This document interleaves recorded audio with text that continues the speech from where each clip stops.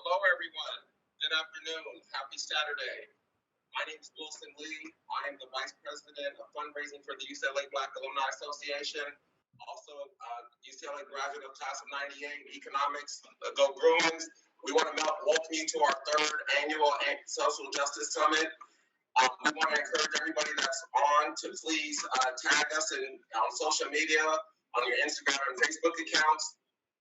We also want to encourage those of you on to, if you're not an active member, please consider being a paid member. We also like to encourage you to make a donation. You can get more information on both of those at UCLA.alumni.org.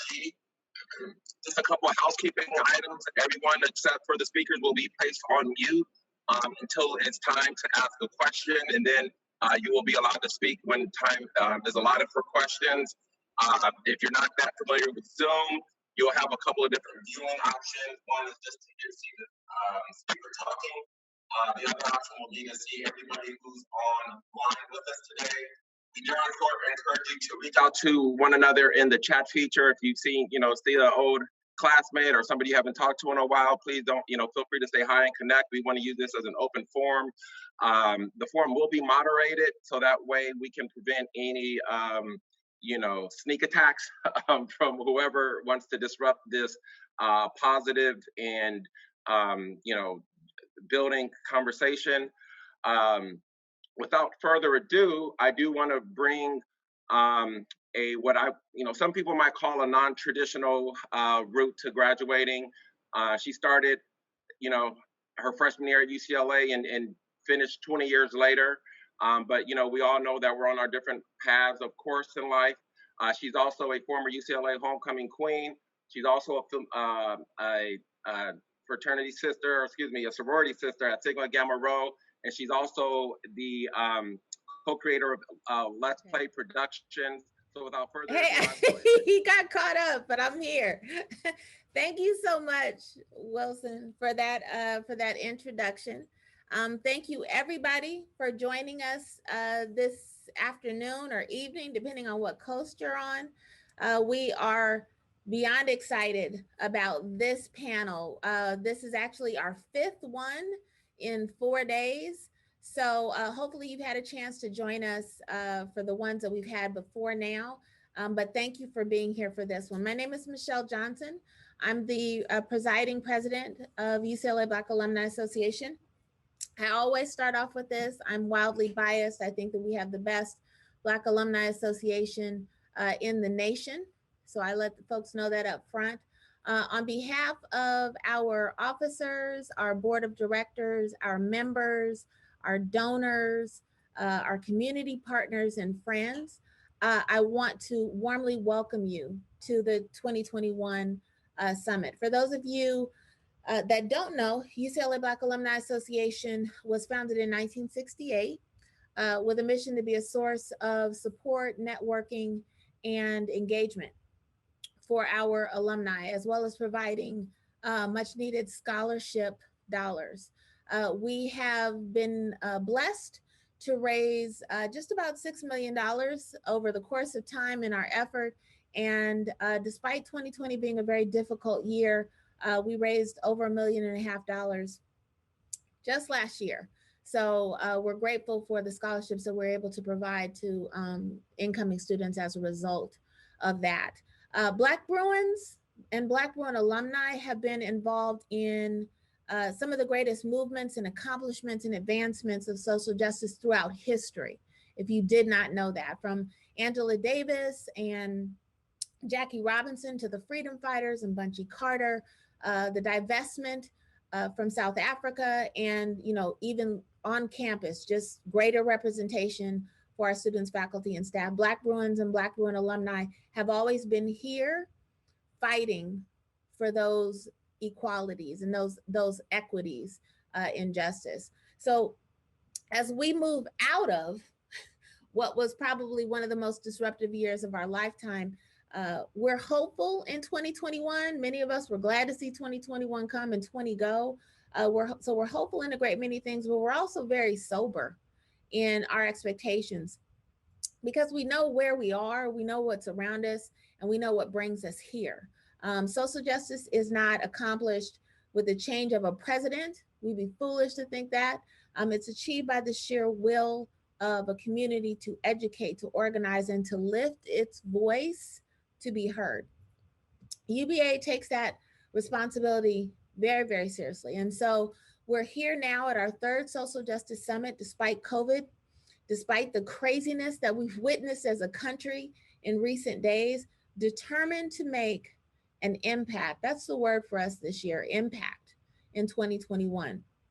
So throughout this event that we've had, this 4 days, we've encouraged you, and we want to still encourage you now to think about how and where you can make an impact, whether that's partnering with us or that's doing something in your community.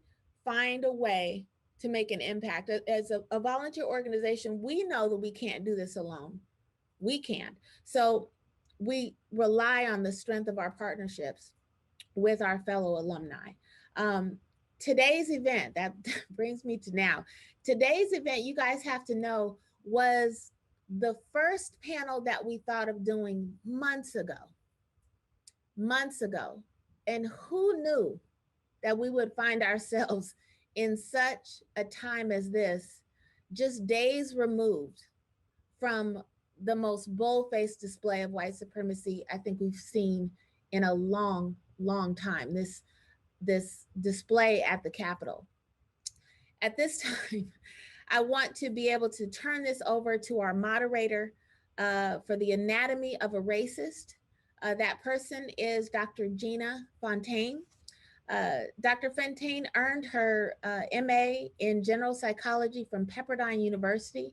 She has an MA in multicultural community clinical psychology and a PhD in multicultural community clinical psychology from the California School of Professional Psychology. She is a Black Bruin family. Please welcome Dr. Fontaine. Welcome, everyone, to our panel discussion entitled The Anatomy of a Racist. We hope that you will leave this panel discussion more enlightened, introspective, empowered, and motivated to advocate for the protection, dignity, and improved quality of life for all people, regardless of cultural background, gender, sexual orientation, or religion. So, why would we choose to rehash such a provocative and yet mundane topic as the anatomy of a racist? What value is there in revisiting a subject that has dominated the social psychological research for centuries and has yet to be diluted, much less eliminated? Furthermore, why should we, people of color, care about the perpetrators' experiences, perceptions, and how they've evolved, particularly when the research pertaining to our trauma has been, until very recently, sidelined? Why not address our trauma and healing instead? My answer is both simple and a complex one. It's because we are all connected in this web of chaos, and our survival is at stake. I would assert that we are currently amid two global pandemics, each mirroring the other and requiring that we broaden our mindset and our behaviors. For example, I'm going to use an analogy here. The management and eradication of COVID-19 requires that we take preventative measures to avoid infection and the spread of the virus. I have an obligation to keep myself healthy so that I don't infect you or others. If I'm exposed, then I'm obligated to quarantine. Failure to do so on my part is irresponsible and perpetuates the epidemic and the potential propagation of variant strains. Even if you follow protocols and shelter in place, my behavior has implications on you. And you become a target of my misdeeds, even though you've been compliant. Similarly, descendants of the Ma'afa and diaspora have been living with a racial pandemic for centuries. Like COVID-19, racism is an insidious disease that compromises the quality of life and kills. We neither created it nor do we perpetuate it, and yet we suffer and die from it. Furthermore, racism has been the pervasive antagonist in this American drama, with the racist in the supporting role. American history is riddled with images of Black bodies mercilessly whipped, hung, castrated, mutilated, burned, beaten, raped, murdered, and treated in ways that would horrify the average animal rights activist. Furthermore, over the last decade, there has been a resurgence of racially motivated hatred that has culminated in a rash of senseless aggression and death, often under the color of authority. Is it any coincidence that, like advanced COVID, we hear the words, "I can't breathe"? We've been at war. And the only way to win a war is to know your adversary. We must understand the many facets of this phenomenon if we are to learn how to fully inoculate ourselves, find ways to quarantine, and identify and treat those who are prone to intergenerational transmissions. The storming of the Capitol building on Tuesday is evidence that we as a collective have got to join and support the critical mass so that we may understand the predictors of racism, identify those who are at risk, create and provide interventions, mandate anti-racist education, enhance penalties for hate crimes, prioritize access to mental health through funding, and create an ambiance that generates a nationalist identity that embraces all Americans. We can no longer afford to frame racism in the context of being an ideological or political alternative. Hate aimed at oppression, destruction, and the elimination of another group is, at best, inhumane, and at worst, criminal. It's pathological, and it's time to shine the spotlight on it and call it what it is. I'd just like to share with you just a few of the statistics that were gleaned from the FBI Annual Hate Crime Incident Report in 2019. These statistics are actually from 2018. During that time, violent crimes reached a 16-year high. 45%, there was a 45% increase in violent assaults, a 15% increase in simple assaults, 13% increase in intimidation, 6% increase in hate crimes directed at LGBTQ individuals, a 14% increase in hate crimes directed at Latinos and Hispanics, and the largest number of hate crimes were directed at African Americans. 60% of the religious-based crimes were directed at Jews and Jewish institutions. So this is what we're dealing with. This was 2 years ago, and undoubtedly it's probably, the report will show an increase in the 2020 report. Okay, what I'd like to do now is to introduce our illustrious panelists, starting with Dr. McBride. Dr. Willie F. McBride is currently a clinical neuropsychology fellow at the University of Virginia.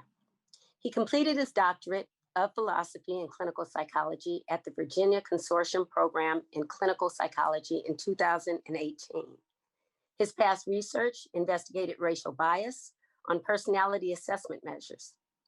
Current research areas of interest include health disparities and their impact on cognition and aging.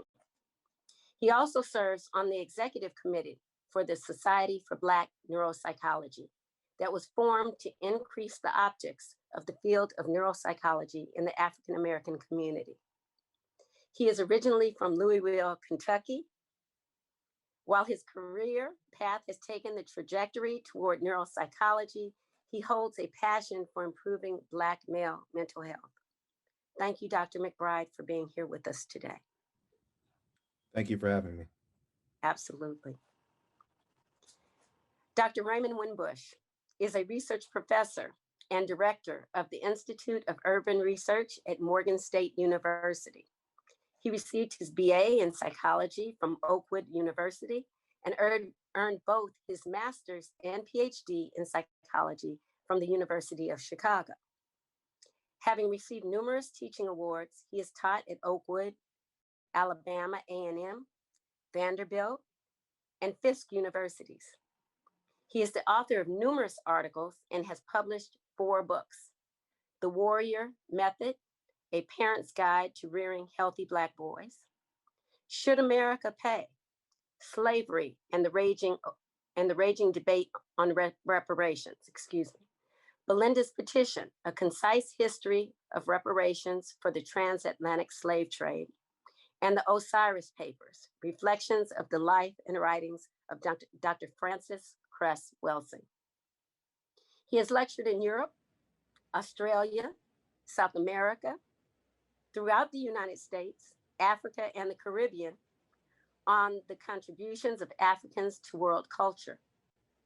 Winbush has made appearances on The Oprah Winfrey Show, CNN, BET, CBS, discussing racism in African culture. A former board member of the National Council for Black Studies, he currently sits on the editorial board of Journal of Black Studies. Welcome to our panel, mentor and scholar, Dr. Raymond Winbush. OTEP, everyone. OTEP. Dr. Molefi Kete Asante is a professor and chair of the Department of Africology at Temple University in Philadelphia. He is the co-founder of Afrocentricity International and is the president of the Molefi Kete Asante Institute for Afrocentric Studies. Asante was a guest professor at, I'm going to try to get this right, Zhang University in Hangzhou, China, and is a professor extraordinarius at the University of South Africa. He is the founding and current editor of Journal of Black Studies and the first director of UCLA's Center for Afro-American Studies in 1969. Props. Asante, often called the most prolific African-American scholar, has published 94 books. Among the most recent are The Perilous Center, or When Will the African Center Hold? Radical Insurgencies, The History of Africa, 3rd edition, an Afrocentric Pan-Africanist vision. The African American People, A Global History, Erasing Racism, The Survival of the American Nation, Revolutionary Pedagogy, African American History, A Journey of Liberation, African Pyramids of Knowledge, Facing South to Africa, and the memoir, As I Run Toward Africa. Asante has published more than 500 articles and is considered one of the most quoted living African authors, as well as one of the most distinguished thinkers in the African world. He has been recognized as one of the 10 most widely cited African scholars. Asante has been recognized as one of the most influential leaders in education. He has been named a history maker with an interview in the Library of Congress. In 2019, the National Communication Association named him an NCA Distinguished Scholar, its highest honor, saying that his writings were spectacular and profound. He received his PhD from the University of California at Los Angeles at the age of 26 and was appointed a full professor at the age of 30 at the State University of New York at Buffalo. At Temple University, he created the first PhD program in the African American Studies, in African American Studies in 1988. Dr. Asante, I welcome you back home to UCLA, to your Black alumni family, and to our panel. Thank you for being here today. Thank you very much. I'm delighted to be here. I'm delighted to be back with the Bruins and also with the Waves. I mean, I am, of course, my MA was from Pepperdine, so I'm just happy, Oh. you know, in the company of good people, and then with the panelists, Dr. McBride and Dr. Winbush, two of the most outstanding thinkers that we have. I'm delighted to be here. Thank you very much. And we're delighted to have you. Thank you. So let's get started.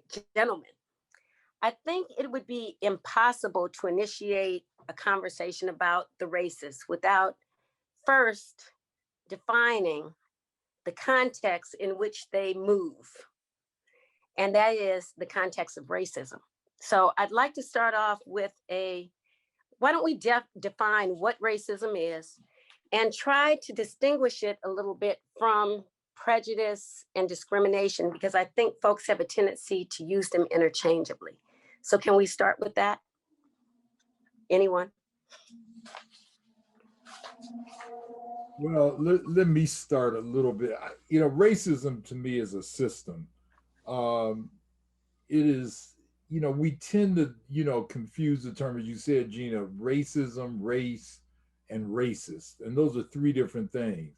I mean, the definition there's a lot of definitions of it, but it's the idea that one group of people oppress another group of people based on the elusive concept of race. I would say that the only functional racism in the world is white supremacy as a system. So I'll start with that.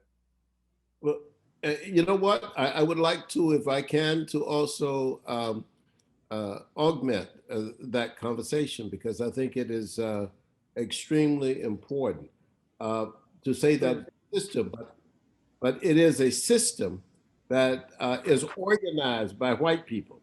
In other words, it is not, there's no evidence anywhere where, for example, African people have ever organized such a system.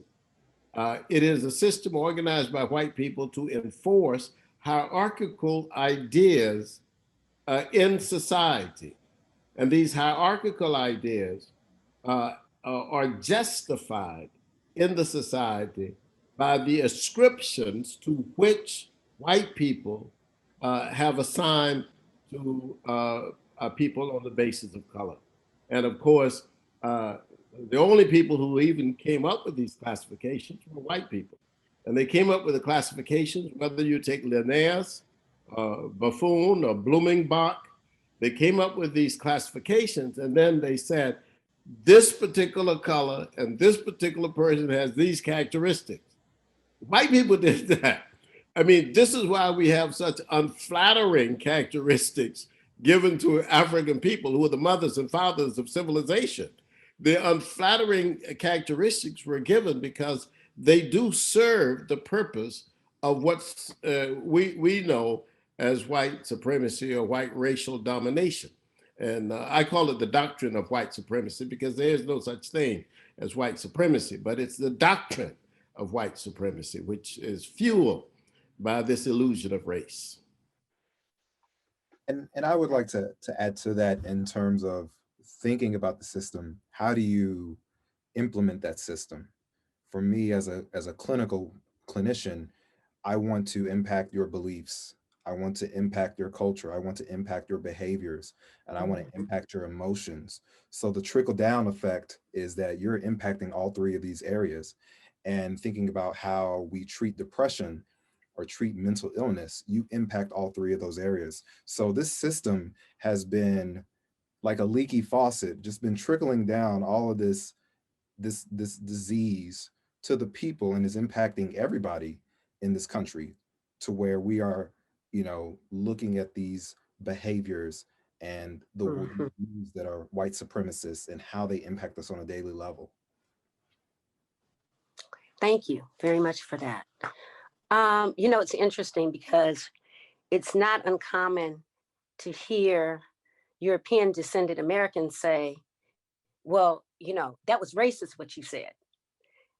And they're directing it towards people of color. And so I'm kind of wondering, from your perspectives, is it possible for people of color, African Americans, to be racist? I do not think so. It is possible for African people to have prejudices and likes and dislikes. tastes that are based on certain judgments. But as we have defined, racism is a system, but it's a system that emerges out of a particular culture. And let me put it this way. African people have always recognized difference, but difference itself does not necessarily lead to what Europeans and others have created. And I say European and others because actually when you study the ancient texts, for example, of the Brahmins, you see this in the caste system. It's based on similar ideas. And when you study the Hebraic text or the Arabic text, you see the same rootedness of these concepts where you have a color hierarchy and the ranking itself of difference, physical difference, mainly phenotypical difference, is something that we see we have seen deeply in European culture for the last 500 years. We don't have such a system in the African world. African people recognized that there were people who spoke different languages, that there were some people who were short and some people who were taller, and that there were some people who were lighter complexion and others were darker complexion, but they were all humans. So the concept, the notion of humanity was the central notion of how people saw other people in society. The Zulu people have a saying, which is that in my neighbor's face, I see humanity. Mm. This is different. Europe doesn't see that. In their neighbors, they also see danger and fear and apprehension and trepidation. How can I subdue these people, subordinate them? How can I master them? This is a whole different philosophy. Okay. And I think another thing is that you asked whether or not Black folk could be racist, and Malefi outlined that perfectly. I think it's impossible for me to conceive of a definition of racism without including the word power. And I'm talking about the power to oppress. Yes. So yes. If you can show me, white folks have said to me, well, can't y'all be racist? And I always quickly answer no. If you can show me a group of Black folk that are oppressing white people in terms of their language, their food supply, that they control all of that, then I could say that there was a Black racist. That doesn't exist. And that's why I think the only functional system of racism is white supremacy. The other thing is this, white people make really bad minorities. I mean, they don't, we know how to act. I mean, they just make bad minorities. Usually when I ask people, like what's the, white population or those that are classified as white on earth, most Black folks and white folks will say, 30, 20, 15, it's only 8%. Mm-hmm. And if you slice that number in half, only 4% of the world's population are white males. So what white people have chosen to do is say, because I am a minority, I'm going to make people of color call themselves a minority. So I've heard Black folk, brown folk, that will refer to themselves as a minority. And in truth, the largest racial minority, if you want to use that term, are white people. That's right. And they don't make good minorities. They're because they are in a minority, they will say, we're going to use aggression to try to eliminate some of these people of color on earth. And we can go into that later on, but that is also an important point, though, and I just want to, if I can, underscore it, because we have a woman at Temple, Valerie Harrison, or two women, Valerie Harrison and Katie D'Angelo, who've written a book about raising Black boys, and it's called Do Right by Me. And one of them is Black, one of them is white, and Nadav, whom I see is on in the gallery said that when she read it, what was very interesting was that Katie, who was a white woman, was listening to the Black woman, because white women are not often trained to follow and listen to Black people. But in this particular book, there is a teaching going on, and it's the sister who is teaching the white woman how to live and how to understand history and culture and society, because it's not a part of the training. And I think that's an excellent point that Dr. Winbush is making regarding how white people see themselves as masters. This is the whole notion of the master-slave relationship. Who gave you the right to be a master? How you pull this out of the sky, you know? But they assume this in any circumstance, whether it's in a university, in a corporation, whether it's in your business. You can be standing in a line in the post office, and they just walk in and assume that, oh, I'm the master of this situation. I can go to the front. You know what I mean? So this is there's something psychological here.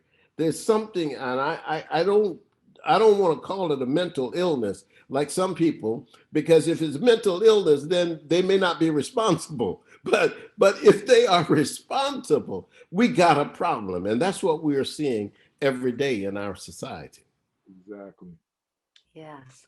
You know, I wanted to co-sign what you said, Dr. Winbush, the whole notion of power as the primary factor. You know, to call a person of color a racist when we don't have any power to prevent them from moving into our neighborhoods, but they have the power to keep me from moving into theirs. It's the power element that I think is key in terms of the definition. So I wanted to thank you for that. Dr. Asante, excellent segue into the next question. How has American history contributed to racist ideology? And how has the illusion of superiority evolved? Well, it's a good question. Thank you so much, Dr. Fontaine. Let me just start by saying that that is central to American history. America was born with a couple of bad defects. One was the genocide of the native peoples and the enslavement of Africans. And both of these ideas, the genocide of the native peoples and the enslavement of the African people, were rooted in this false notion of race and the notion of racial superiority, of course, which doesn't exist because there's only one race, there's a human race. But what they did was the creation of this, we call it now social construction of race. But race was not only just a social construction, it was, as we now know, an economic construction as well as a cultural construction, in the sense that it does not exist in a biological sense.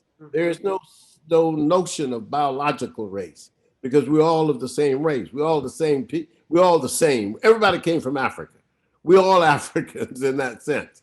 And what has happened, though, was that the people who actually were the ones who left the continent of Africa and traveled out and then came back into encounter with Africans, developed this notion, this illusion of race. And that illusion is based only on one principal fact, and that is that you can rank people by virtue of their color and their physical characteristics. That is a stupid idea, number one. But it worked because what it meant was that even though there were people who were enslaved, who were indentured as white people, the system of racism, when it came in, simply said, wait, we cannot treat white people like we treat these black people, because these black people are lower on the racial ladder than these white people.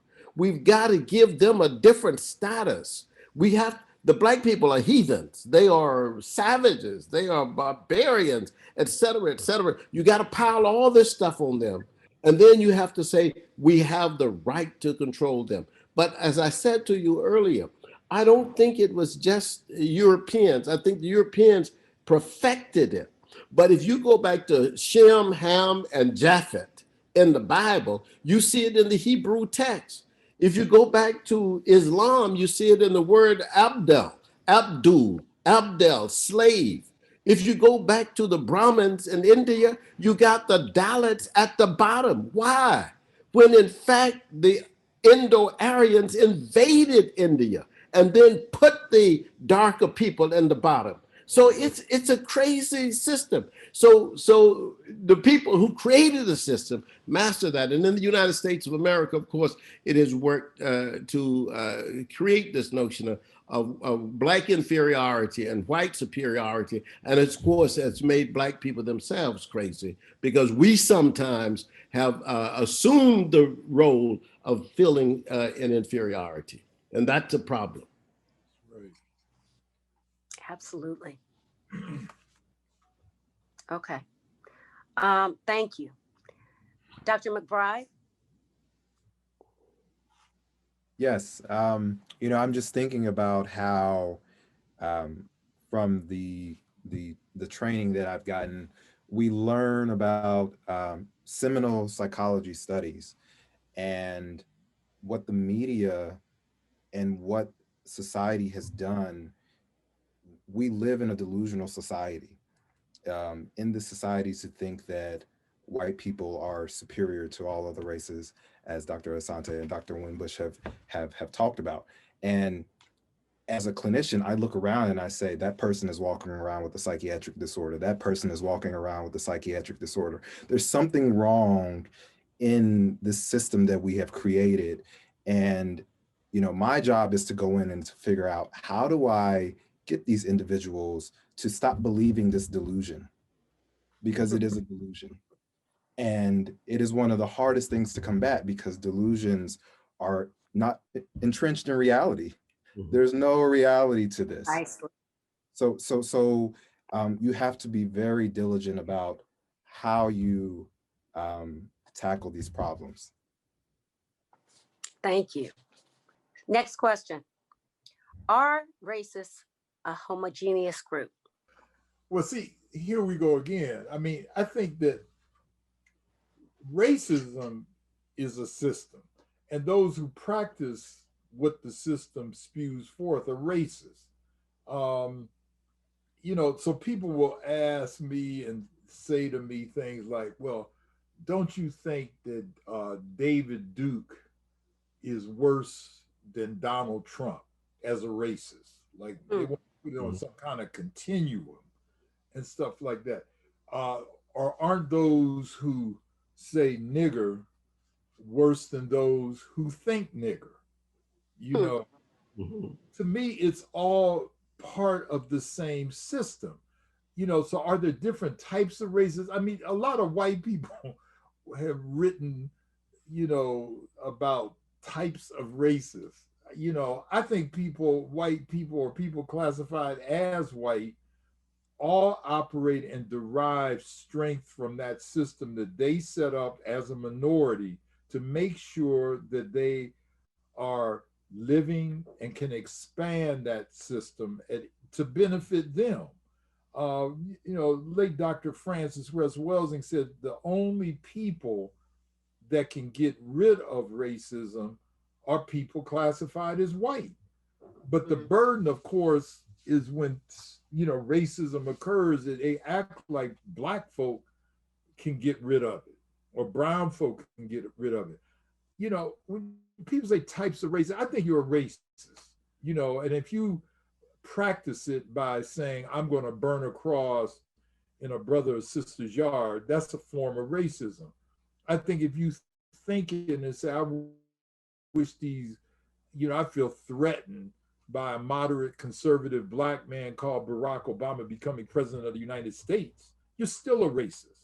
You know, so I don't make distinction. I mean, you know, my colleagues may, you know, may disagree with that, but I think if you're a racist, you're a racist. You practice it. Okay. I think I was going to add, I think why people come to racism, I think of it as a club. I think the reason why they come to it is for different reasons, where you have people who are looking for some kind of group identity or they feel isolated. And it's easy to say, hey, hate those people over there, and you can come along and hang out with us. So I think the reasons why people get into the group are different. But I think that at the end of the day, like Dr. Wimbush said, they're all racist. They're all, even if you think it's just as bad as you doing it. So that's kind of my belief on that. And I me, think if I may, go ahead, Malefi.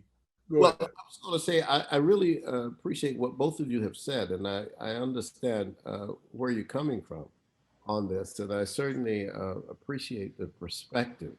Um, I am not so sure it's, you know, I guess after a while, you've been dealing with this stuff so long, you just say, well, wait a minute, I'm not so sure that like they come to it or it, I think it is built into the fabric of the American system, at least in this society, is built into the very fabric. You're born as a white person into the society. And I'll give you a good example. A friend of mine who runs a major corporation, and he's a white friend of mine who run a major corporation. We talk maybe twice a month. Said to me not long ago, he said, you know what? He said, in my corporation, I talk to all of my black employees, and my black employees tell me that they've had this experience and that experience with racism and prejudice. He says, there's never in my life any place I've ever walked into where I felt that I was not privileged, where I felt that I was not in charge. He said, there's no place I felt unease about, any unease.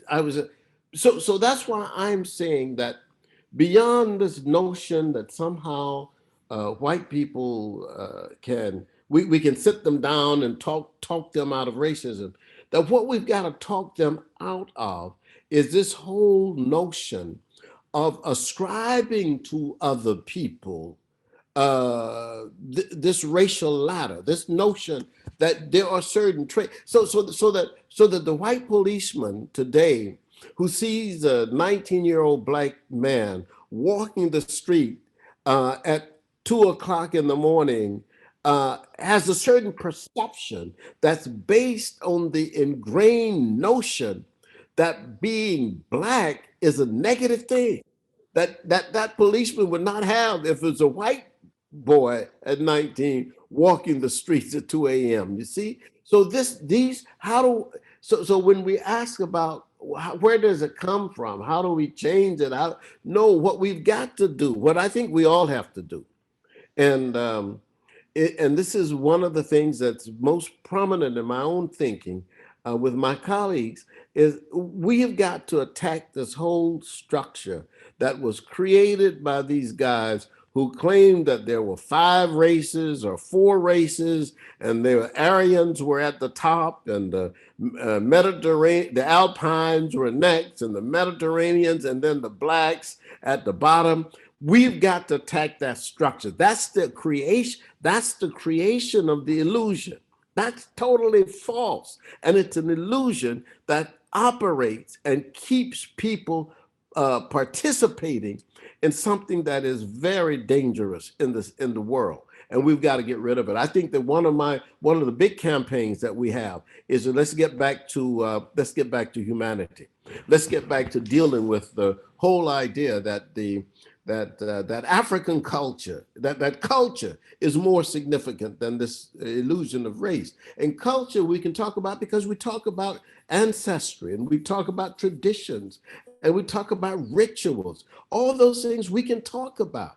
But to talk about this notion of racial hierarchies and so I think it is a power trip. And I think we have to get rid of that. I think that's the major power, the power to define. And that power to define is what has given white people this false sense of superiority. And Malefi, your point about, this idea of being born into a system that will make you feel, I mean, we saw it on display on Wednesday in Washington, D.C. If a group of brothers got around me and said, Winbush, what we're going to do on January the 6th of next year, we're going to take over the capital of the United States. I would say, brother, you out of your black mind. That ain't going to happen. Yeah, but right. White boys all over the country, said, we're going to take care of the capital. Nobody said, really? They said, let's go. And they brought bombs in there. They said, we're going to kidnap. We're finding out now they were going to kidnap people like Nancy Pelosi. Black folk wouldn't dare do that. But what's even more intriguing is that they knew they could do that with very little impunity. So they could walk past white guards. That's right. They could get right in. Where's Nancy Pelosi's office? Oh, third quarter down, make a right. They knew that could happen. Black folk couldn't do that. No, and I think that when I saw it, I said to myself, this is a hate mob. I said, this is a racist cabal. And these people on the edge of what I call the deepest racist imagination that wanted really to grab the vision of America that Barack Obama and Biden and Kamala Harris had, and grab it by the neck and choke it to death. And so then it occurred to me that, you know what it was? It was a lynch mob orchestrated by the president of the United States of America as the white knight of a dystopian hell. It was much like what would have happened to our people when they were confronted with all these mad, raging groups, thousands sometimes. If you read, I mean, I have this in Erasing Racism, in my book, Erasing Racism. I have the examples that come from the 100 years of lynching. You see these thousands of people went out in madness. This is an incredible cabal, and it's still in American society. And that's why we have to be very, very wise in this country, because Black people have always lived with this. White people may have first time seen it on TV, but it's in their history. It's deep in the history of white America. It is.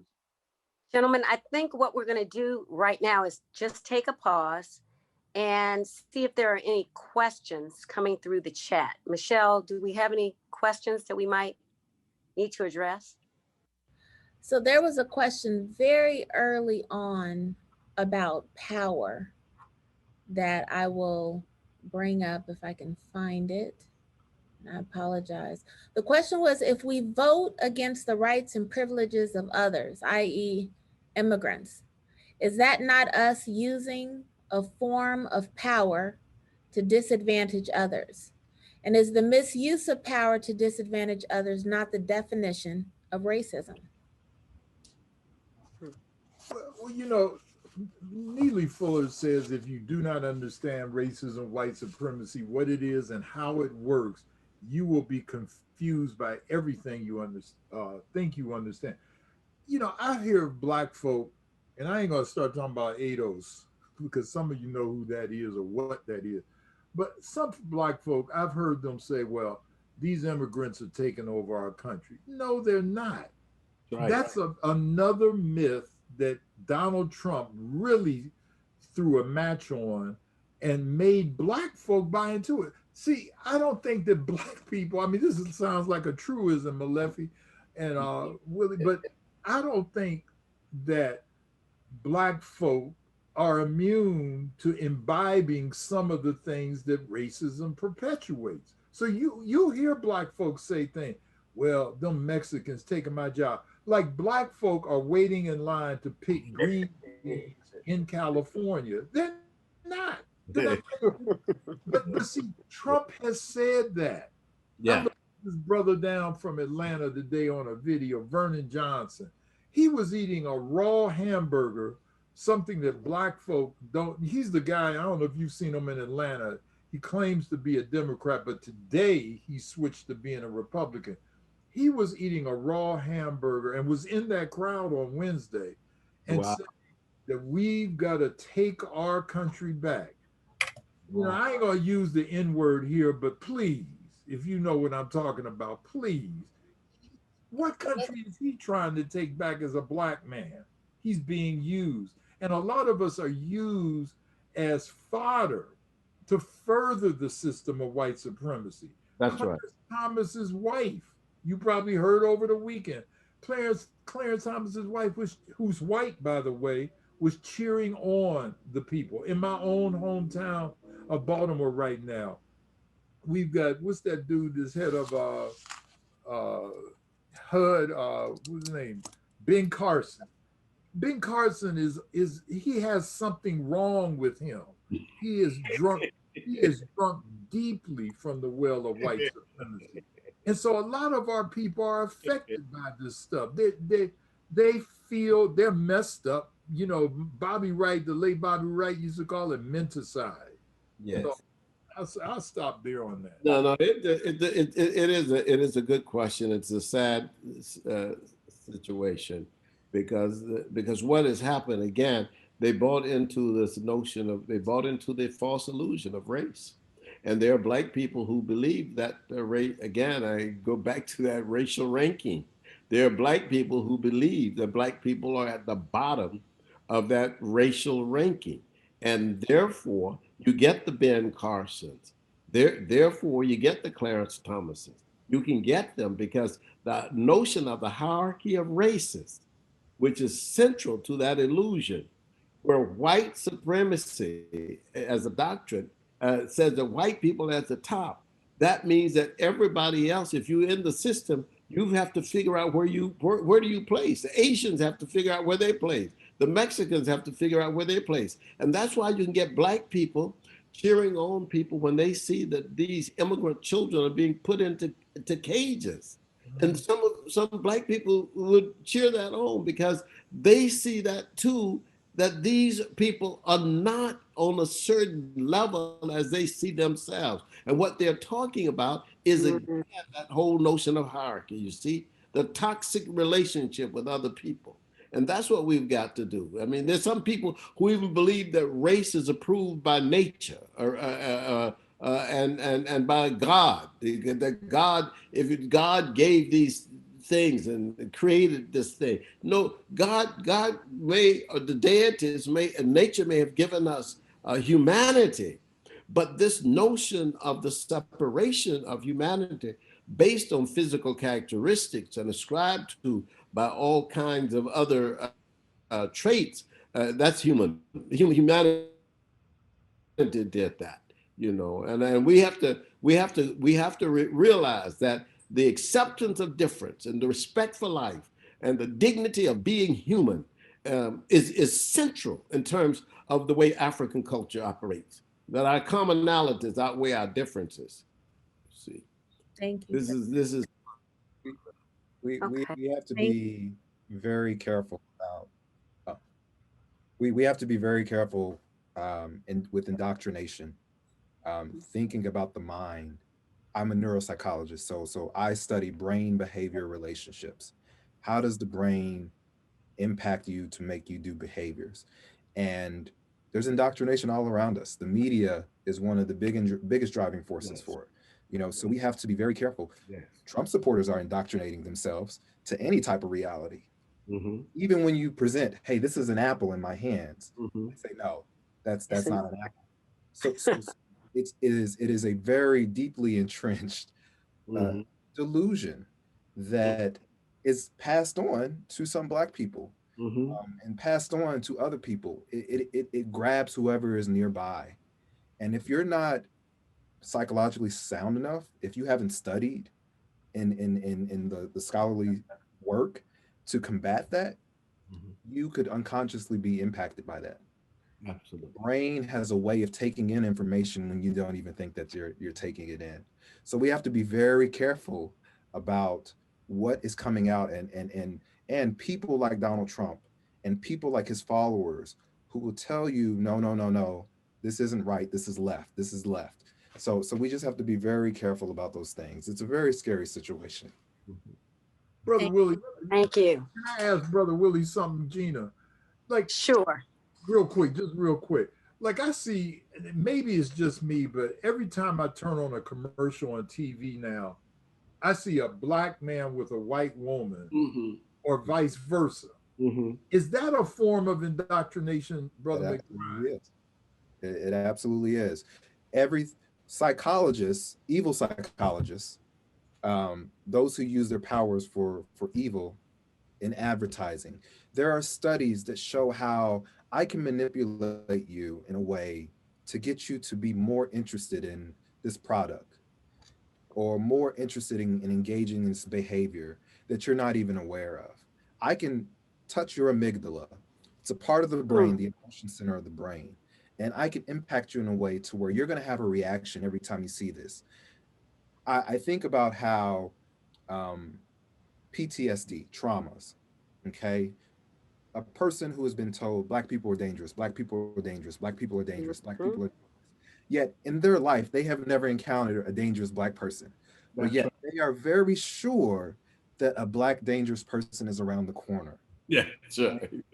And it's my job to help them to see the fallacy in that and to say to you, okay, well, tell me about your experience with that dangerous black person. Oh, well, no, I've never had one. Okay, so is it possible to say that black people aren't as dangerous as you think they are? Okay, wow, yeah, I would have to say that. So it's a very hard task to do, to get people to kind of come to Jesus moment, come to reality in those ways. Boy, thank you. You know, they've done some neurological studies and determined that for individuals who carry prejudicial attitudes and racist beliefs, that their amygdalas, you were just speaking about this, Dr. McBride, that they become activated. And it's almost as if they have a hypersensitivity to certain triggers, such as the face of a black person or a big black man or some such, all based on socialization, all based on something that doesn't even exist. And so this is real. There are neurological changes that occur as a result of this racist, socialization that so many, are exposed to throughout their lives. Absolutely. Thank you, gentlemen. So, next question.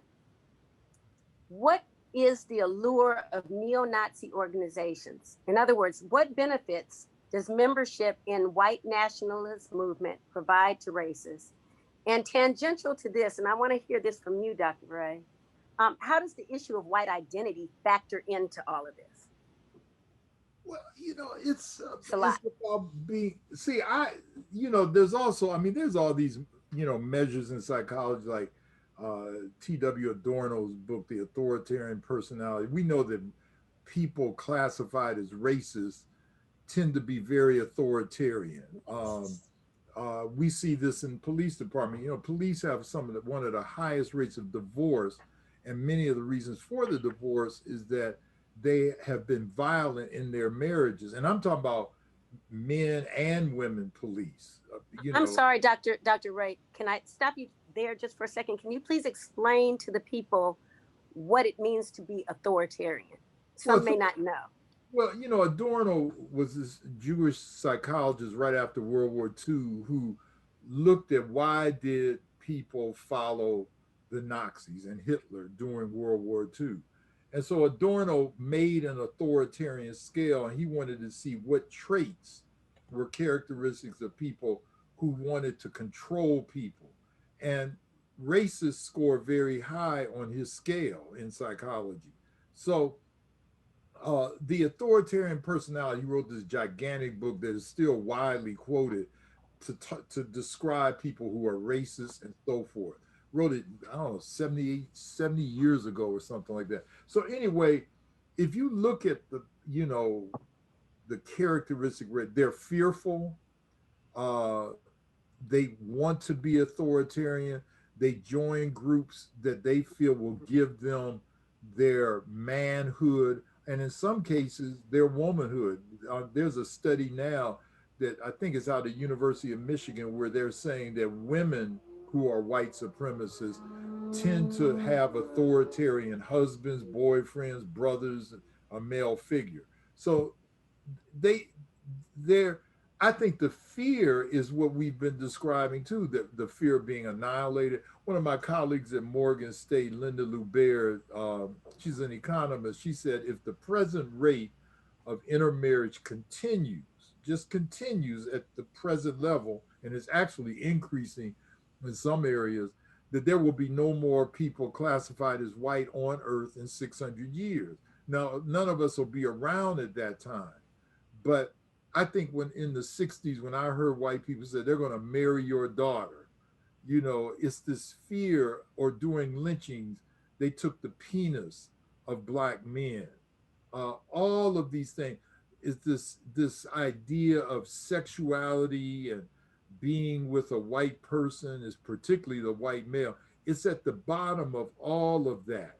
When we talk to individual racist white supremacists. Mm-hmm. Dr. Asante? Well, I was just taking all that in because I think that's a wonderful analysis, and I think it's correct.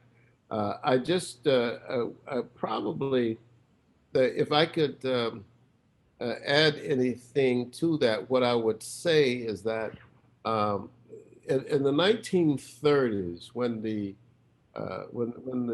Nazis came to power in Germany, there were a couple of things that they did that, when you look back at the American society and you look at what has happened in America, you can sort of get some indication of how they saw things. I mean, Hitler and those people created something called the Nuremberg Laws in 1935. And those laws, the two of the most important ones, one was called the Flag Law of the kingdom, of the Reich.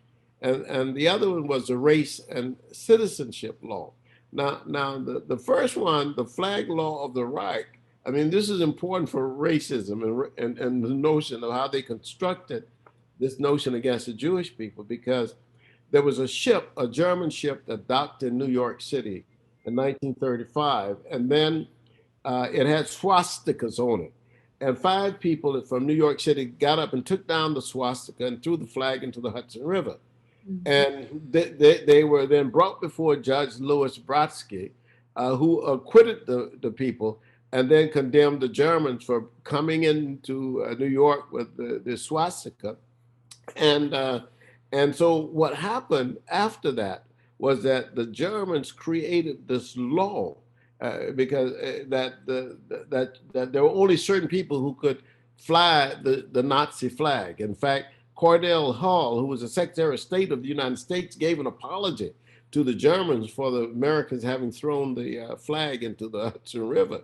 And he gave an apology. This is an apologist, Cordell Hull, white American, apologizing to the Germans for the fact that this Jewish judge had acquitted the people who had thrown the flag into the thing. So what the Germans did, they created this symbol of patriotism, which was meant to include only Jews. I mean, only Germans, not Jews. And you could get arrested for not loving the swastika. If you didn't love the flag, this is called the flag law. You can look it up.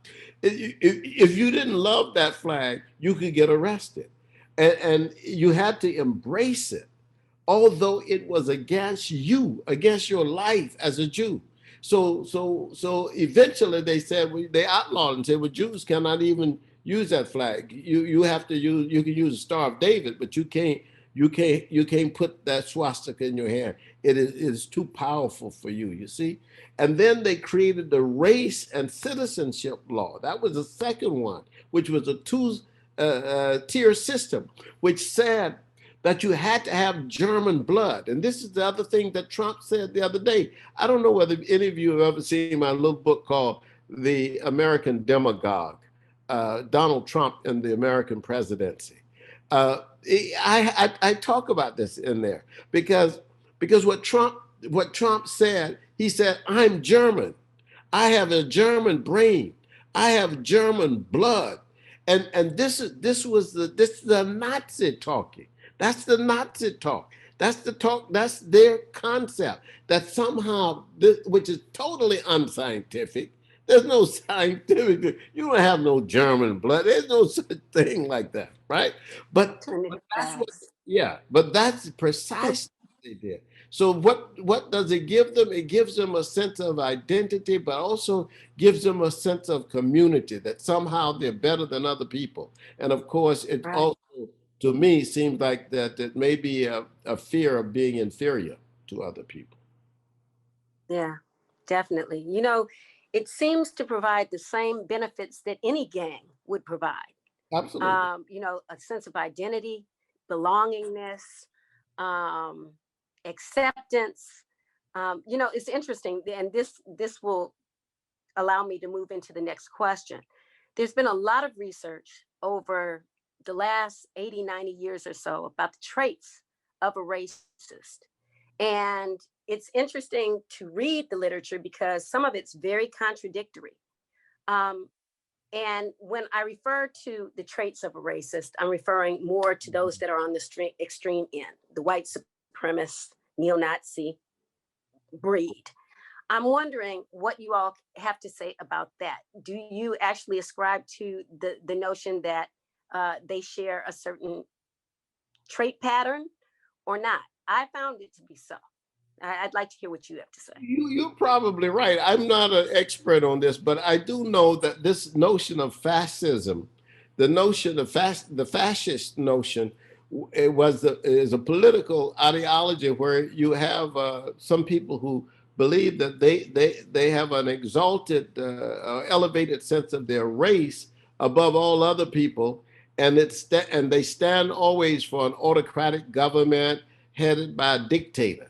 All right, and they stand for suppression of the opposition.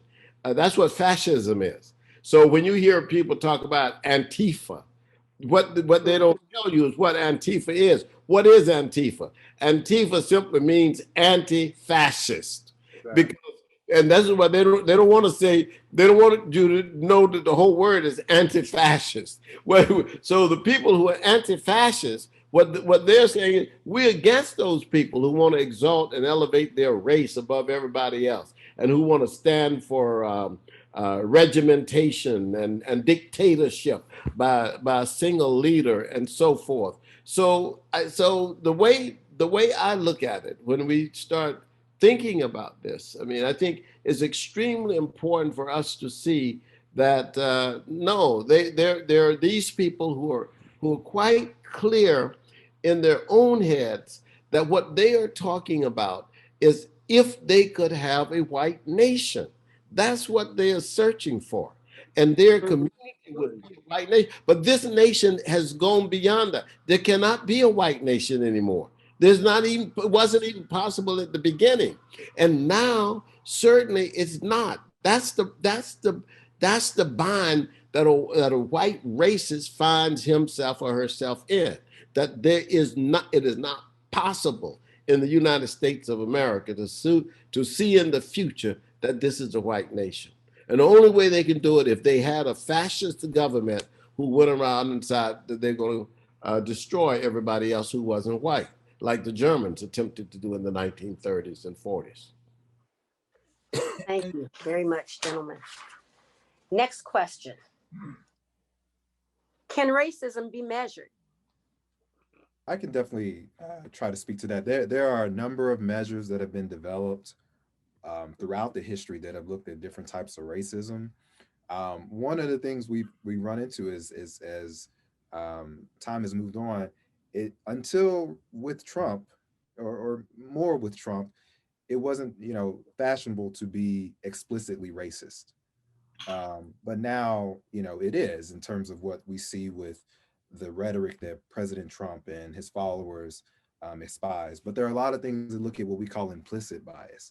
So microaggressions and, Right. do I have these beliefs about, certain groups of people? And there are a lot of things out there that look at, can we measure what racism is?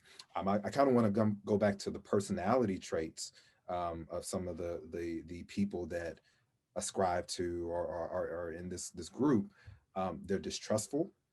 Okay, so these individuals do distrust most information unless it's coming from the source that they actually trust. Hostility, there's a cynicism to these individuals. They're paranoid about all and everyone in every group.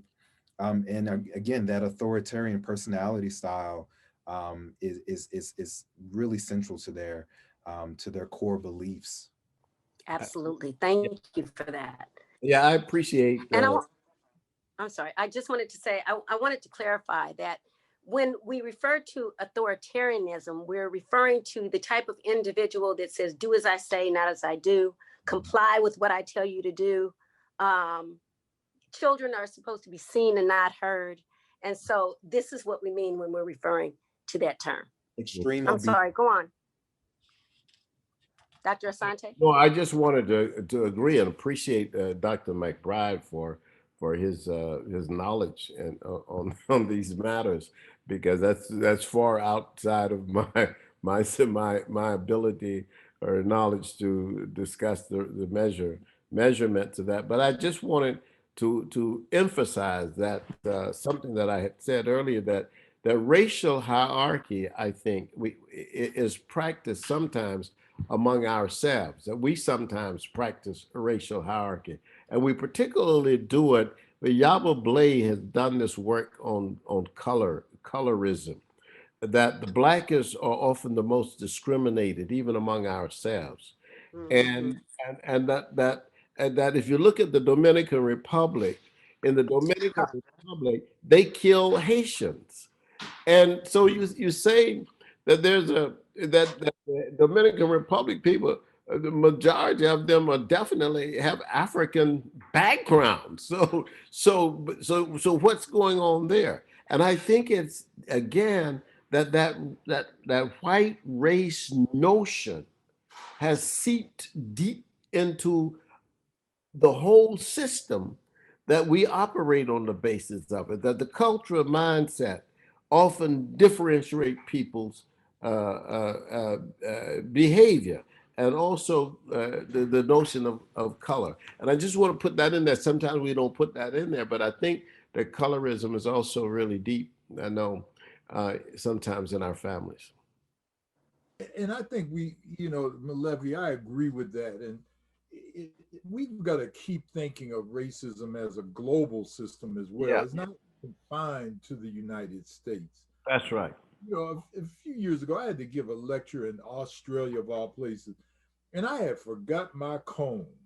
This is before I had the locks. Mm-hmm. And I went into a drugstore. I was the only Black person in this drugstore. And this white woman came up to me and said, she was one of the workers, and said, can I help you? I said, no, I'm just browsing. And I kept browsing. They didn't have any Black combs. So she came up to me again, like maybe a minute. She said, I'm here to help you. Can I help you? And I said, you could help me by being at the counter and just leave me alone. Amazing thing about that behavior, I could have encountered that here in Baltimore. Absolutely. It's global. Philly. It's global. It's and global. Amazing. One of my colleagues, and I'm sure you've heard it, he says that, racism is a team sport. Everybody's automatically on the team. They do the same thing in certain situations. So we've got to keep in mind that this is a global problem. That is probably, in my opinion, the most dangerous social phenomenon that we have on the planet. Yes, it is. Gentlemen, we have a number of questions and we're starting to run out of time, so I'm going to move through them relatively quickly because I think these are extremely important. Is it the responsibility of people of color to fix racism in this country? We tapped upon this briefly. And if not, what is our role in the resolution of this? Can we afford to just sit back and hope for reformation? Well, I think we got to, again, as Neely Fuller says, we got to attempt to replace white supremacy with justice. I think we've got to protest racism like we did last summer. But in the final analysis, Black folk can't say, all right, there's no more racism tomorrow. Derek Bell, in his book Faces at the Bottom of the Well, he's one of those critical race theorists, says that racism is always going to be here, and we have to push against it all the time. White people have to decide they want to end it, and so far they haven't done that. In fact, I would argue that they've said we're going to expand it a little bit, and a lot of it. Yeah, I think I was talking to one of my political science colleagues at Morgan the other day, and she said, I think we underestimated how white people were feeling during the Obama administration. Black folk were singing, and we were all happy to see a Black president with a beautiful wife and two beautiful daughters and things. I think white people were seething. Not all of them, but a lot of them were seething. And so we said, we're going to give America our best, in the form of Barack Obama. And they said, okay, well, we'll show you what we'll do. We'll give you America our worst. And they gave us Donald Trump. And it's almost as if Donald Trump is the president that they thought Barack Obama was going to be. And he isn't. And the thing is about the in the political realm, the other thing that has really caught my attention was the fact that when you look at the last elections over the last 4 or 5 cycles, the majority of white people have always voted for the most reactionary candidate. Exactly. The presidential. So you got 60. You got 100 white people in a room. 60 of them voted for Trump. So it's a crazy thing that the reason the Democrats win is because 90% or more of us vote for the Democrat, and we only need 35 to 45% of the white people, because the majority of white people don't vote on the same side as the Black people. So that's an abiding problem. That's a race problem, and it's a race problem because of the majority of white people in this country.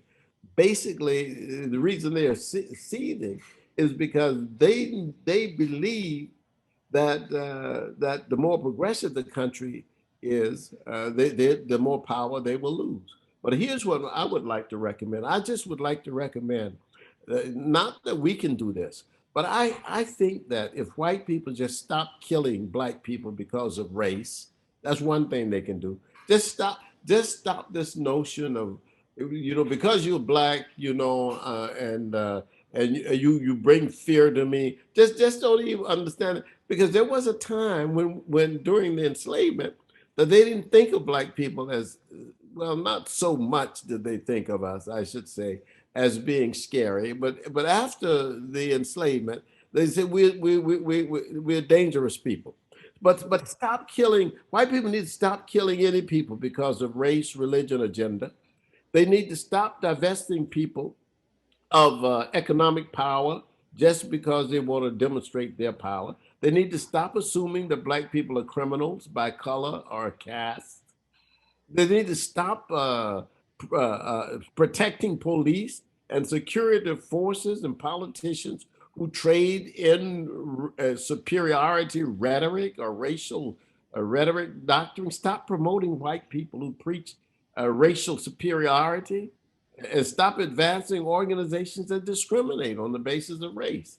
These are some things that white people can do practically tomorrow. They just walk out and stop doing it. I'm not going to do that anymore. Embrace humanity. Embrace commonality of opportunity. Embrace the beauty of diversity. Embrace all colors and complexions of humans as equals. I mean, that's something they can do. They can teach their children, to embrace. I mean, our people in Georgia used to teach, because it came out of an old Baptist church tradition or Christian tradition, where they used to say, they used to, that time they didn't have they just called the brotherhood of man, but it really, just a commonality of human beings, men and women, and the fatherhood of God. They teach the children that kind of stuff. But white people don't teach their children stuff like that. Embrace a common quest for cultural pluralism. Embrace cultural difference as the human rainbow. Teach your children that. If they taught their children, that would be a whole different world. But they don't teach. Embrace the African origin of humanity. Teach suppose all the white people taught their children, we all originate in Africa. It'll never happen. But It won't happen. No, It won't happen. I think that's going to happen to the white people that were in Washington on Wednesday. That's a rhetorical question. Okay. Gentlemen, I'm going to ask this question. Malefi tapped on it just slightly, but I'm going to go here. Are extreme forms of racism, demonstrations of racism, evidence of mental illness? In other words, is racism a mental illness? I would, as I said when I started, I would like to assume that it is, but I know the arguments against that position, and that's why I'm not sure. I think that's a Dr. McBride type of question and answer, but I do think that there's something wrong with people who approach other human beings as if they are superior to those other human beings. I mean, the best thing for white people, it seems to me, to demonstrate that they are not racist is to approach all human beings of different cultures with a sense of humility, that I don't know all I need to know about you. Teach me. Yeah, we may have to rally on this one. Yeah. Dr. McBride? Yeah. I've got an opinion. I would love to speak on that. It is a very controversial kind of question. Yes, it is. And I've been trying to do my research and kind of come to my own kind of consensus on this. When I think of racism and I think of a pie chart, and there's different parts that go into the pie chart. How much of psychiatric illness goes into that racism? Right. And so that's the question, that is it 100% psychiatric? No, I don't think so. Right. But I think that it does play a factor. There have been a number of psychiatrists, Black psychiatrists in the 60s and 70s who went to the American Psychiatric Association and said, you need to make extreme forms of racism, extreme racism, a psychiatric disorder. And they said no, because at that time, a number of people, a large portion of the American society would have been considered extreme. Mentally ill. Exactly. Mentally ill. So what does that say about the society? It says that the society there's something wrong with the society at large. But no, we can't say that. That's not politically correct. That's not appropriate at this time. And so there's no mention of racism. There's no mention of bigotry, any of those words in the DSM. The DSM is the Diagnostic Statistical Manual for Psychiatric Disorders. The DSM-5 is what I use in my day-to-day practice to diagnose mental disorders, depression, anxiety.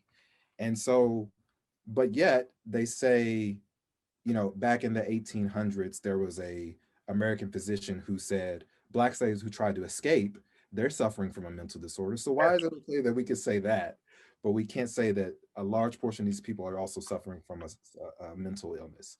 Excellent. I think again, I go back to this delusionality, and I think that it does have a large psychiatric component. I think but it's also societal. And at the end of the day, society determines what is considered deviant, psychiatric, or illness of that nature. Absolutely. Thank you so much. If one looks at the definition of psychopathology, everything that's equated with psychopathology in terms of the characteristics parallel that the extremists, the white extremists.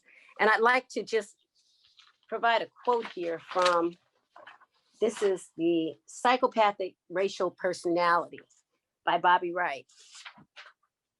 It says here, behavioral scientists generally agree that outstanding characteristics of the psychopathic personality are the almost complete absence of ethical or moral development and an almost total disregard for appropriate patterns of behavior. This characteristic has led to a misunderstanding of the psychopath as someone who does not know the difference between right and wrong. One of the reasons why they were hesitant to include it in the DSM was because it was believed that if we consider racism a mental illness, then that exonerates the individual of responsibility. Well, it does not. I don't understand the rationale behind it. If one abuses substances, let's say abuses alcohol, an individual is responsible for their own sobriety. So I don't understand the rationale behind their resistance to including it, other than it would represent a collective pathology. Well, I think that no one's willing to, admit. Mm-hmm. I think you're correct. I mean, in that assumption, but I think there may be another piece to that, and that is that if you say that if you put them in the DSM, you also have to consider what is the therapy for this disease. If this is a disease and they are sick, then and you hit on this, Dr. Fontaine, then the question is, well, if they're sick and they treat Black people the way they treat Black people, or treat anybody the way they treat them in a negative way, then they're not responsible, because the illness is causing them to do that. And they are not responsible for this sickness. It's just like if we have to treat a person, whether they have, schizophrenia or bipolar, you can't blame a person for that. And you can't blame a person then, if you put racism in the DSM, you can't blame the white person for their mental illness. And you would certainly have a lot of people, I mean, most, if not most white people, would have to be looked at in that way. I'm going to offer something that may be a little edgy, but there's this new book hit the bestsellers list, New York Times, My Grandmother's Hands. And a lot of people are afraid. So if we ask the question, for example, are white people or racists mentally ill? His argument, Resmaa Menakem, his argument is that this stuff is genetic. And I said I wasn't going to go there because that's a whole nother kettle of fish, as they say. That one I'm not going to go. I can't follow you. You ain't left. I mean, if you read some, people like Michael Bradley, yes, I was surprised that his book is so widely read now, because he talks about how trauma occurs at the genetic level. And it is interesting now that many Jewish psychologists are looking at epigenetic, like what was the effect of the Holocaust genetically on people. So I don't know, my colleague Joy DeGruy, with her post-traumatic slave syndrome theory, the idea of some of this stuff coming from places that they may not control. So I'm still undecided about it. And a lot of people say, well, it'd be dangerous to explore that area, but this brother does take it into his, he goes there. I think that here's what I would say. I mean, and I know Joy DeGru's work and also Michael Bradley's work, The Iceman Inheritance. And Michael is a white guy. I mean, for people who don't know this, and Michael's argument in The Iceman Inheritance is because he has almost a climate responsibility. The fact of living in the ice and the cold for thousands of years, having to have a fire all the time in your cave, having to have your dog outside your entrance to your cave so that the dog gets the appellation man's best friend because the dog protects your fire and protects you from strangers and so on. And he says that there are certain characteristics that developed in the European culture that made Europeans react in a certain way towards strangers and so forth. So, and then this epigenetic thing. I mean, I don't know. I'm not, as I said, I'm not a scientist, so I can't go there. But I can see that there may be possibilities. Now, what the Jewish people did after the war, the Second International European War, what they did was to have logotherapy as a therapy for people who had suffered trauma, and this was led by a guy named Viktor Frankl. And Viktor Frankl was an important person in trying to restore that. But look at this: we as a people for 246 years were enslaved in this country, but we never had therapy. There's never been nobody. We didn't have a system that said, okay, let's process what you've gone through. You know, you've gone through, because what happened was that even after slavery, the enslavement, they still continued the same processes of trying to dominate Black people on the basis of color. Absolutely. Gentlemen, this has been an engaging discussion. What I'd like to do is give the audience an opportunity to get involved, to speak up, ask some more questions. And then before we close, I have one final question to ask. And I'm going to ask it before we start taking questions, because I want you to ponder this. This is going to be your final statements, okay? Given that race is a social construct, how might the elimination of the concept of race impact the lives of people of color? Now we're going into the fantasy realm. So I'm going to ask it once again. Given that race is a social construct, how might the elimination of that concept or that construct impact the lives of people of color? So we're going to answer that when we come back. Michelle, do we have any other questions in the chat? We do. Benny has a question. I'll unmute you. Go ahead, Benny. Okay, great. Hi, Benny. How you doing? I'm good, thank you. I had a couple questions in the chat. One of them was Frantz Fanon, not Frantz Fanon, Nathan Hare wrote a book about the Black Anglo-Saxons. So I wanted someone to comment on that. The other question I answered, I put a link in there stating that darker skinned Blacks receive harsher sentences than light skinned Blacks. And that's some more recent research in the last 5 or 10 years. Mm-hmm. I wanted somebody to respond to that first one about Black Anglo-Saxon based on Nathan Hare's perspective. Thank you.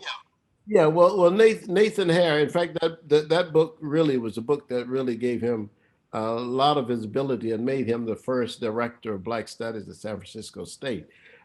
In Black Anglo-Saxon, he had attempted to show what E. Franklin Frazier had discussed also when he discussed this whole idea of Black people who had assumed certain aspects of the Anglo-Saxon society and had become imitators, in a sense, in the society of these Anglo-Saxons. So Black Anglo-Saxons, there was another phrase, I can't remember, that Frazier used, similar. What was Wazi?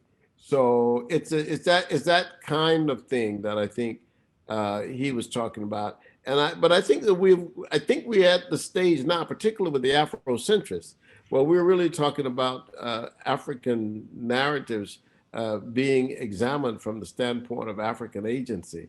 So we put ourselves in the center of our own historical experiences. And when we do that, then the world is seen through our eyes in a different way. Yeah, and I think kind of an updated version of Nathan's work was Lawrence Otis Graham a few years ago wrote that book called Our Kind of People.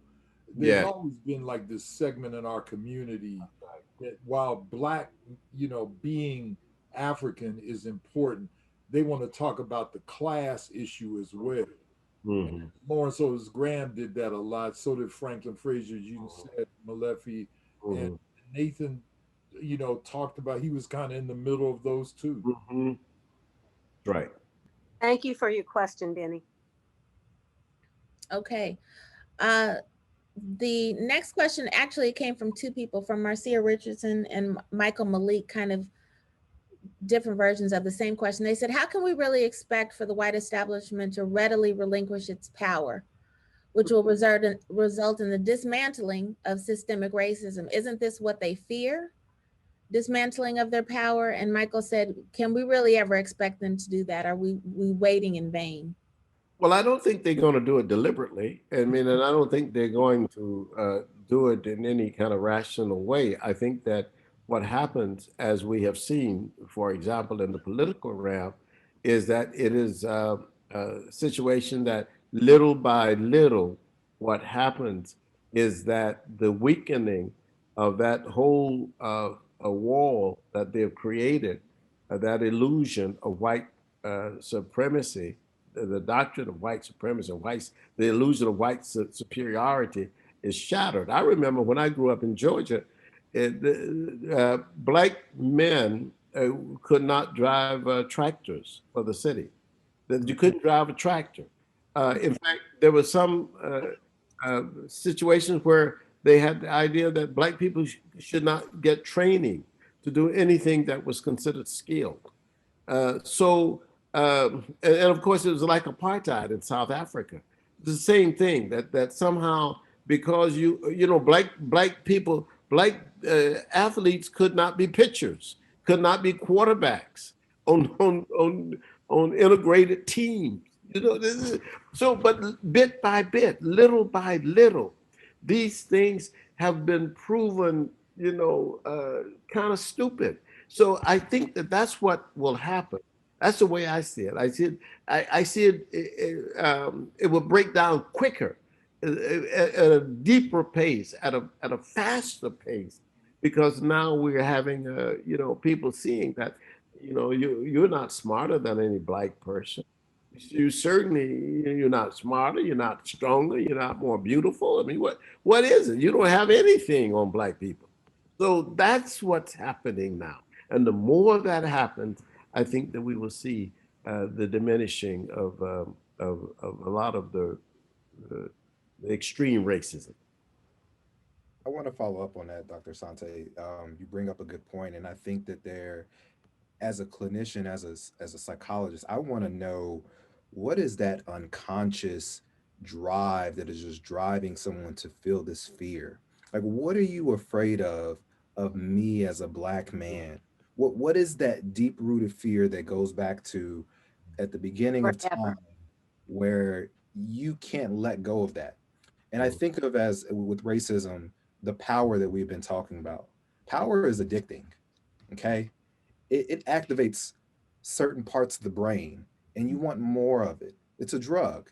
Mm-hmm. And being able to show people that, hey, that's not good for you, because at a certain point, you're going to need more. You're going to need more, and eventually, you're going to get burned out.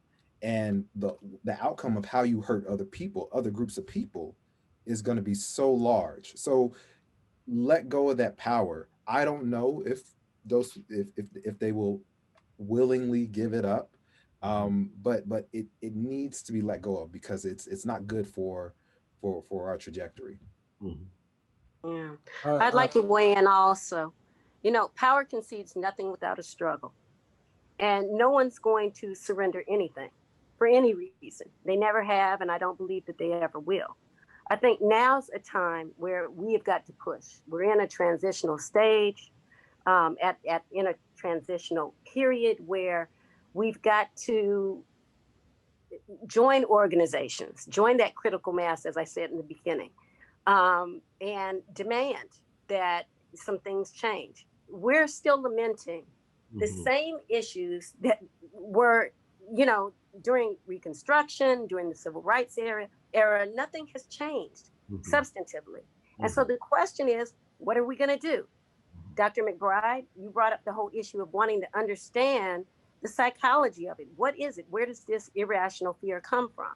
As I said in the beginning, understanding the predictors of racism, identifying those who are at risk, okay? Primary prevention, making anti-racist education mandatory so that we're dealing with the children as they're being socialized to be racist, doing whatever we can to mitigate that. Enhancing penalties for hate crimes. These are the things that we need to put on our agendas as we approach January 20th. Or on January 21st, we should be standing there saying, this is what we want. And so to answer those two individuals' questions, power concedes nothing without a struggle. It never has, and it never will. Well, see, I don't want to sound cynical, but I don't think that we'll ever have a time that we'll say, remember when we had racism. I mean, maybe I'm being remember the day. I just don't think. I think it's the nature of the threat, but I just don't see that. And I'm not alone. I mean, there's a lot of scholars who have said that. The critical race theorists say that racism is able to adjust constantly to threats to it, and it does it very successfully, So maybe we will have a day say, back there in the 90s, we had racism. We don't have back in the day. Yeah, back in the day. But I might be wrong. Okay? Well, let's do this. Let's be optimistic that at least, even if we still have it, it will not necessarily affect our lives to the degree that it does now. And it does affect our lives greatly in many ways. I mean, we have been, in some senses, divested of our economic power and many other things. I mean, the lives that Black people live. I mean, we live economically lives that have been drained of many resources because of the way the Western society operates against Black people. I mean, I look at the fact that there were people when I lived in Oklahoma and Texas, that there were people who had like 50,000 acres of land. And I asked myself, how do these white people get 50,000 acres of land? What is that? And then you start reading about the Homestead Acts and the Homestead Law and how they were basically given this land if they could take it away from the Native Americans. And the same in the state of Florida. I mean, Florida, Andrew Jackson, after he, killed many of the native people, he just gave land to all the soldiers. You could have, 160 acres if you bring me 2 ears of Seminoles and so forth. So it's a nation with many contradictions, and I think we are the moral we are the moral compass of this nation still, even with our problems. I mean, and we have problems, but with our problems, we still remain the moral compass of the nation in terms of, as we expand, then the freedom for other people expand. We do that, and we've always done that. We've been that. I mean, Black women are the most liberal and progressive sector of the American society. There's no sector of this society any more progressive or liberal than Black women. So we keep going. Okay, it's about time to wrap up. Michelle, do we have any other questions? There was a question about Shelby Steele and your thoughts about his beliefs. I'll let Ray Winbush answer that. And if you could share who that is for those that don't know. he's a confused social psychologist at Stanford University. I think he was at the Hoover Institute, I think, Malefi, a few years ago. Shelby's just a confused brother. I mean, his argument is that we should, that, you know, reparations, something that I, you know, strongly feel about, that, you know, it's kind of like a reflection of self-hatred. In all of his research, he doesn't believe in affirmative action in any form, believe that Black people complain too much. He's kind of like that. What's that brother's name? Ward Connerly. Ward Connerly. They're both they're both of the same ilk. Yeah, and I remember when I was putting together Should America Pay About Reparations, I called him up because I wanted some contrary opinion. I called him up and I said, Brother Steele, can you let me have your oppositional chapter to reparations? He said, I ain't giving you anything. This is a true story. I'm not giving you anything. So he had published something in Newsweek magazine. I called Newsweek and they gave me permission. He called me up and said, how'd you get that in the book? I said, man, I ain't giving you nothing. I'm not telling you anything. I just told him the same thing he told me. But he's a confused brother. He's like that other guy, Thomas Sewell. That's another. And see, there's a lot of, you know, confused Black folk in Black academia, among Black academics, a lot of them. That is absolutely the truth. And I think that what has happened over the years is that they have been given status by white people. Yes. They are sometimes the sort of the you know, the visible people in many of these circles, but they have almost no understanding of either American history or American society, and Steele certainly was a major opposition to us in California when I was out there. And I always want to teach at Harvard, Malefi. Yeah, they always teach at Harvard, but I ain't gonna mention the name. Okay. Absolutely. Okay, gentlemen, thank you so much. Unfortunately, I don't think we're going to be able to address the fantasy question.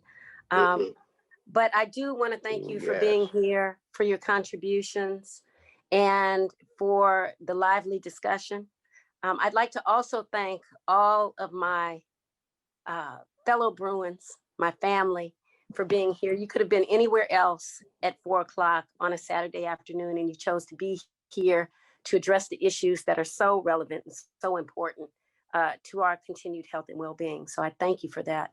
What we'd like to do is leave you with some resources that you can take with you. Michelle, I don't know how we're going to do this. We're going to archive the chat and we will include those resources in the chat because there was a request. There's been a lot of conversation in the chat that people want to take with them. Okay, great. Let me just say what they are then. Essentially, what we've provided you is it's a list of various organizations that you may want to patronize, that you may want to get involved with, that you may want to monetarily support. And there are about 10 of them, so you'll have those, as well as an anti-racist reading list. And so we hope that that will be useful to you, that you will share them with others, and that this information will be propagated beyond just this panel discussion today. Thank you very much. Gentlemen, would you like to provide some closing remarks? Well, I just want to say thank you very much for this wonderful seminar. And I really appreciate being on the program. And I think that the Bruins are absolutely keeping up the work of being #1. Thank you very much. Thank you for coming back. Thank you. Thank you, Thanks for inviting me. And, I thank, you know, everybody for all the assiduous planning that it took to get this together. And, that's a joke, but it's all good. I absolutely loved it. Thank you, Dr. Ray. Yeah, Dr. McBride. Yes, I mean, this was, I enjoyed this discussion so much. This was just what I needed to start the year off right. You know, this pandemic year it's going to be a case study. Yes. You know, we're going to be talking about this year on so many levels. And I just want to say, I've been putting in the chat, mental health issues are real. Take care of your mental health issues. Racism is real, and the impacts from it. You know, and finding Black therapists is really hard. Yes. Um, and so, you know, please prioritize your mental health in a way that so that we can be healthy in all aspects, physically, mentally, spiritually. And I just thank you for the time to be able to speak on these issues. Thank you, Dr. McBride. It's been a pleasure. Michelle, I'm turning it back over. Thank you, everyone. I'll echo again to Dr. Asante, Dr. Wimbush, and Professor McBride. Thank you guys so much for your thought leadership, great insight from the conversation in the chat. You guys were just dropping major knowledge, and we appreciate you doing that. To Gina, thank you so much for this very eloquent moderation. We appreciate your contribution to UBAA. For all of you that have joined us, thank you for spending this time with us. We hope that it was enlightening for you. My heart and spirit is definitely full with what I've learned today and over the last 5 events that we've done. Hopefully you've been able to join us. We have one more tomorrow at 10 a.m. So please come back for a conversation about Black folks and the intersection of us and racial inequity and the pandemic. So we'll be talking about that tomorrow with a group of medical professionals. Again, UBA is good ground. This is a place where you can make an impact. Please, if you don't join us, join somewhere. Make that impact in 2021 in all the ways that you can. Donate to us if you can. And we wish you well in 2021. Thank you guys for joining us.